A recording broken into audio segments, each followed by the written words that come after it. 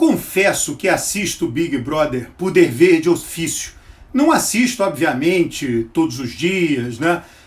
Vira e mexe, estou lá assistindo. Eu tenho gente da família que tem assistido, me conta o que está acontecendo.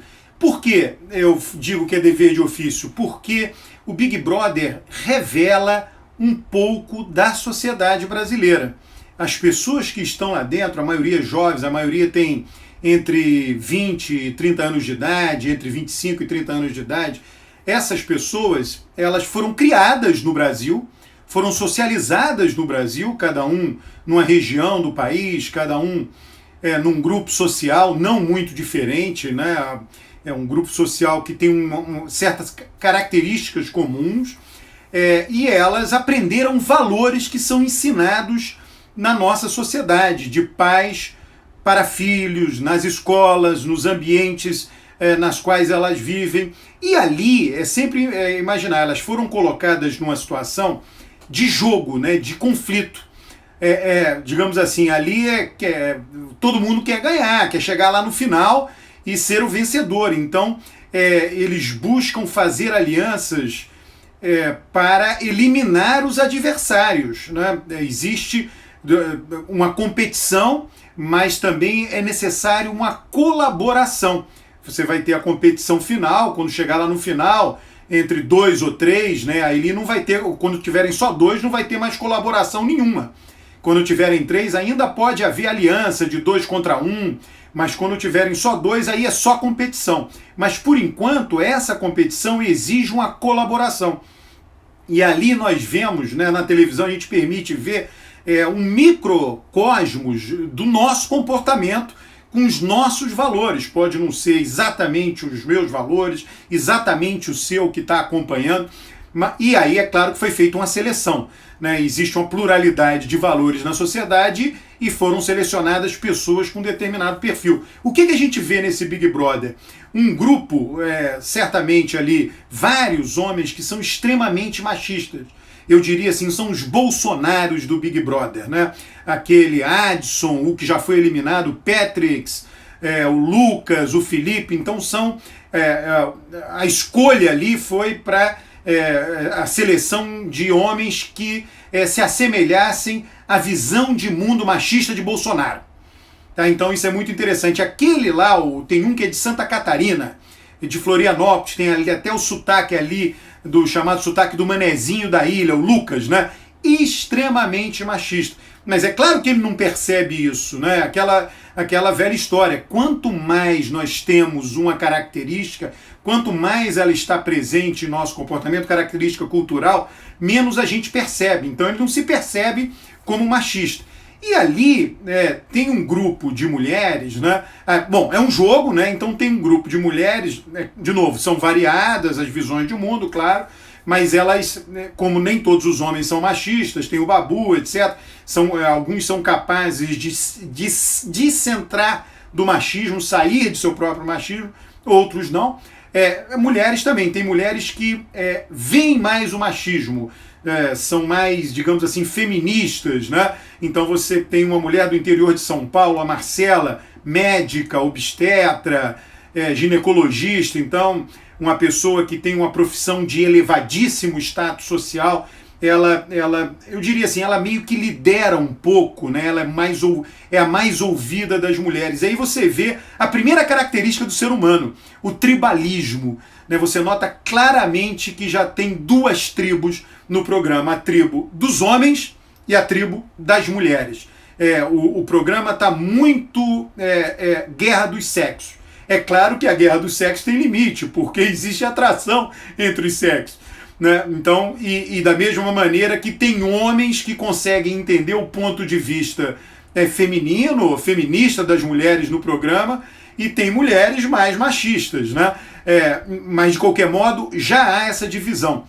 Se percebe por alguns momentos do programa. Ontem eu assisti lá de noite, quando cada um teve que selecionar quem você achava, cada um achava que eu não queria que fosse eliminado logo. As mulheres, em sua grande maioria, escolheram para eliminação os homens e os homens machistas.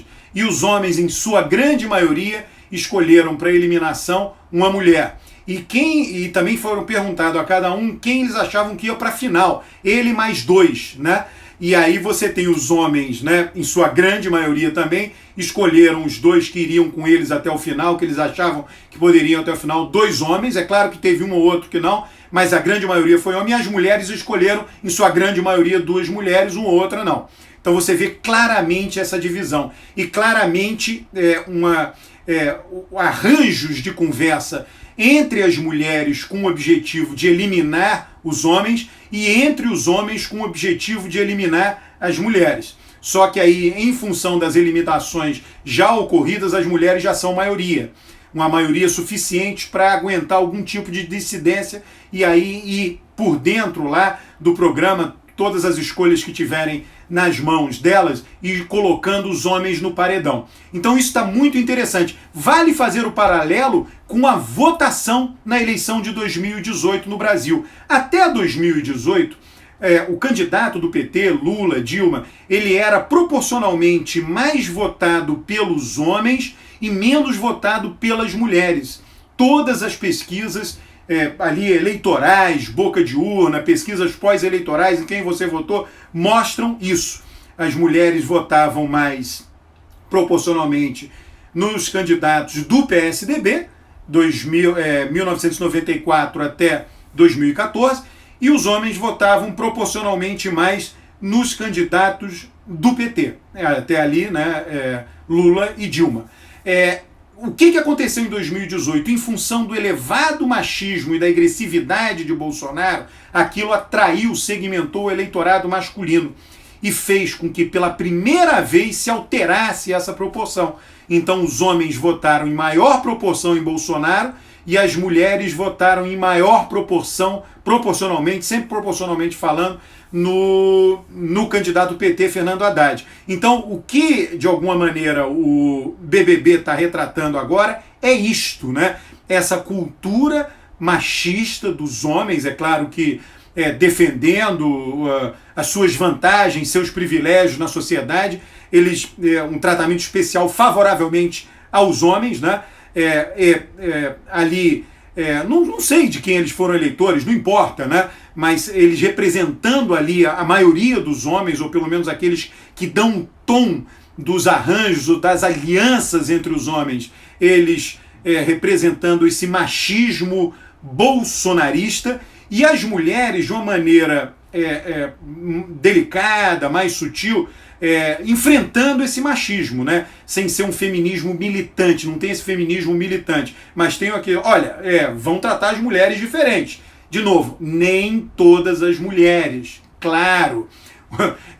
No momento em que foi feita a seleção, certamente isso foi visto. Homens mais machistas, homens menos machistas. Mulheres mais feministas, mulheres menos feministas, já ali sendo até um pouco mais, até mesmo machistas. Então você vê claramente, né, uma das conspirações dos homens, até uma coisa que não se explica na lógica da competição interna do BBB, mas se explica nessa coisa de macho alfa, mais genética dos homens, né, mais genético, dizer o seguinte: olha, vamos fazer com que as mulheres traiam os seus parceiros que estão lá fora, porque quando elas saírem daqui elas serão prejudicadas. Não tem nada a ver com ganhar lá dentro, mas é uma coisa meio de competição masculina, do macho alfa. Eu quero mostrar que eu aqui, com ela próximo de mim, sou... Então isso ali está impresso, né, na socialização que muitos brasileiros têm, e está impresso na competição, a coisa do gen egoísta, né? A ideia do gen egoísta.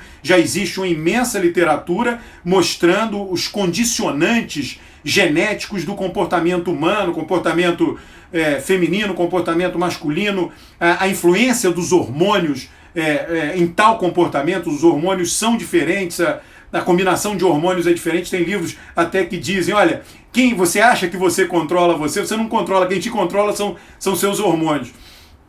Então é muito interessante assistir o programa dessa perspectiva mais cultural, figuras que trazem a cultura brasileira, a formação que essas pessoas recebem na nossa sociedade, com tudo que isso significa. A sociedade abrange família, escolas, aonde você vive, a religião que pratica, etc.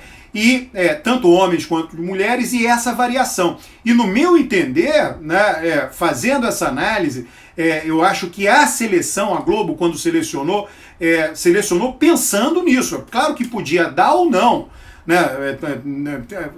Há uma tentativa de controle, pode não funcionar, mas eu acho que pensando claramente isso. Qual é a nova fase do Brasil? Detalhe, a Globo, nos seus programas de ficção, em novelas, tem assumido o ponto de vista do liberalismo, do libertarianismo de costumes. Né? Então, os próprios redatores da Globo são assim, né? Muitos redatores já exercem esse liberalismo, libertarianismo de costumes. E aí, ao redigir novelas e programas ficcionais da Globo, é algo natural, a homossexualidade, algo presente, eventualmente até mesmo o consumo de droga e outras pautas chamadas identitárias. Aquilo ali, de alguma maneira, está sendo retratado ali no Big Brother, como esse confronto que hoje existe na sociedade, que vem do ano de 2018. Ora, é uma maneira de fazer sucesso. Foi uma das pautas da eleição, e para fazer sucesso não deu para fazer essa leitura já no Big Brother de 2019, mas passado o ano de 2019, essa leitura foi levada para o Big Brother de 2020. Você não precisa gostar do programa, talvez valha a pena exercer a curiosidade sociológica, a imaginação sociológica, vendo o Big Brother com essa ótica que eu trouxe aqui. Muito obrigado, se inscreva no canal e dê likes e faça comentários com relação a este e outros vídeos. Um grande abraço.